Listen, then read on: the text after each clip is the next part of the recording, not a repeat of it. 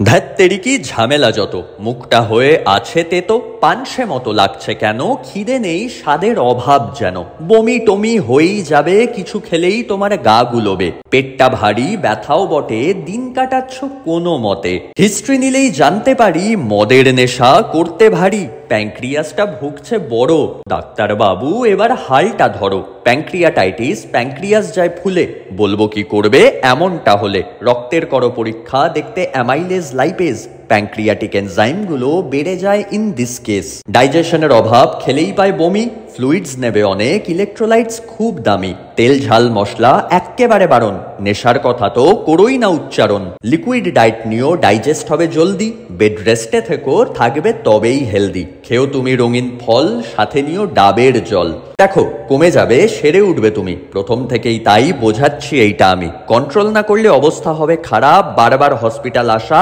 হয়ে উঠবে অভিশাপ। যাদের এমন হচ্ছে সিমটমস থাকলে বলো, পাঠিও প্রত্যেককে যেন তারাও এগুলো করে ফলো।